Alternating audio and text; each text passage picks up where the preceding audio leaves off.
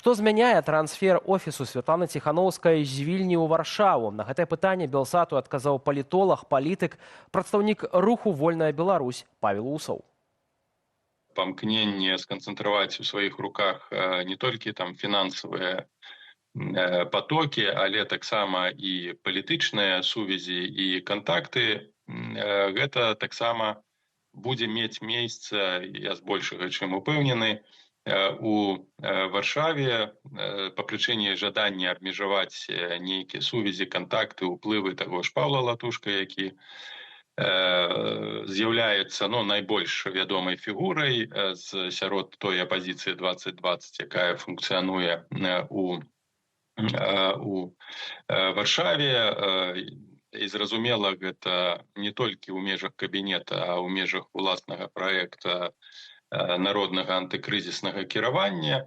І я думаю, што калі менавіта такія падыходы будуць тут выкарыстаныя, гэта прывядзе да канфліктаў. З намі на сувязі Александр Класкоўскі, палітычны аналітык інфармацыйнага агенцтва «Позірк». Спадар Александр, вітаем і дзякуем, што далучыліся да нашага эфіру. Добрый вечар. Спадар Александр, вось менавіта палітолог Павел Усаў лічыць, што пераезд офісу ў Варшаву, ён бы справакуе абніжэнне статусу Паўла Латушкі, фактычна ягонага лідарства у Польшы будзе пастаўлена пад сумнеў. Што вы думаеце на гэты конт? Я б тут з шаноўным Павлам Усавым трошкі паспрачаўся, таму што Ціхановская, я думаю, не таму вырашыла пераехаць, што раптам ёй задумалася сканцэнтраваць там нейкія фінансавыя плыні ці абмежаваць уплыў Паўла Латушкі. Тое, што пэўнае напружанне пасля пераезду ў іх дачыненнях можа ўзнікнуць, гэта іншае пытанне, але давайце абмалюем трошкі сітуацыю, у якой у Літве апынуўся офіс Ціхановскай, каманда Ціхановскай, калі казаць шырэй. Мы ж бачым, што летась увосень там знізілі ўзровень яе аховы, і гэта было не тэхнічнае рашэнне, хаця так у літоўскім урадзе сцвярджалі, а проста стала стаўленне да беларускай апазіцыі, ды ўвогуле да беларусаў у Літве халаднейшае. Чаму гэта асобная вялікая гаворка, але факт тое, што там стала працаваць дыскамфортна камандзе Ціхановскай. Вось гэта, я думаю, галоўная прычына пераезду. Можа, і Лукашенко такія таксама хадзілі размовы, праз амерыканцаў паспрабаваў націснуць на літоўскія ўлады, каб яны выпіхнулі, груба кажучы, гэты офіс, таму што ён раздражняў. Ён, вось, калі з Літвой быў гэты памежны канфлікт, згадываў у ліку прэтэнзій, што вось яны там альтэрнатыўны ўрад прытулілі ў сябе і гэтак далей. Так што вось такія чыннікі найперш. А ўжо што з гэтага вынікае, гэта, канешне, асобнае пытанне.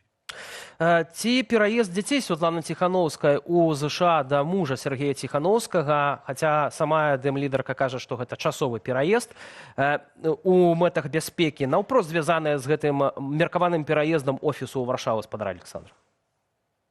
У мяне тут няма ніякай такой закуліснай, так бы мовіць, інфармацыі, і ўвогуле, гэта ў пэўнай ступені, напэўна, прыватная, сямейная справа. Я б тут не ўлазіў надта з нейкімі каментарамі.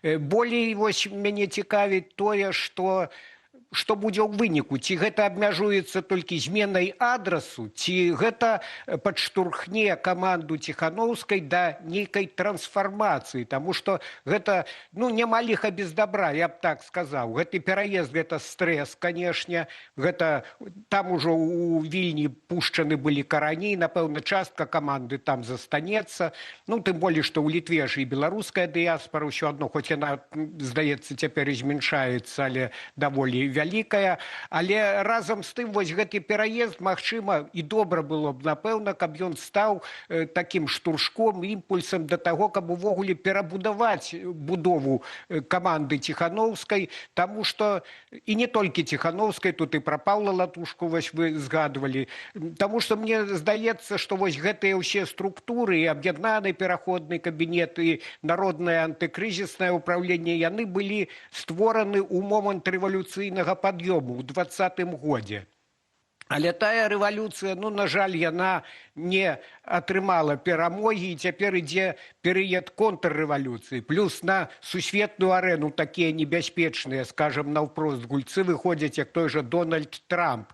І ягоная палітыка, вось ягоныя прэтэнзіі на Грэнландыю, у прыватнасці, яны у большай яшчэ ступені і Пуціну развязваюць рукі. Таму гэта час і перафарматавання каманды, і нейкага пераасэнсавання стратэгічных, тактычных мэтаў і задач. Ці пойдзе праца ў гэтым кірунку? Вось ад гэтага шмат што залежыць. Но калі казаць пра міжасабовыя дачыненні, то, канешне, Павел Латушка, ён, па-першае, прывык ўсё ж такі у Польшчы адчуваць сябе беларускім апазіцыянерам нумар адзін, а цяпер, вось, калі ўявім сабе, што ўсё гэта ўжо ў рэале адбываецца, пераязджае Ціханаўская са сваімі людзьмі, то каго тады лічыць апазіцыянерам нумар адзін?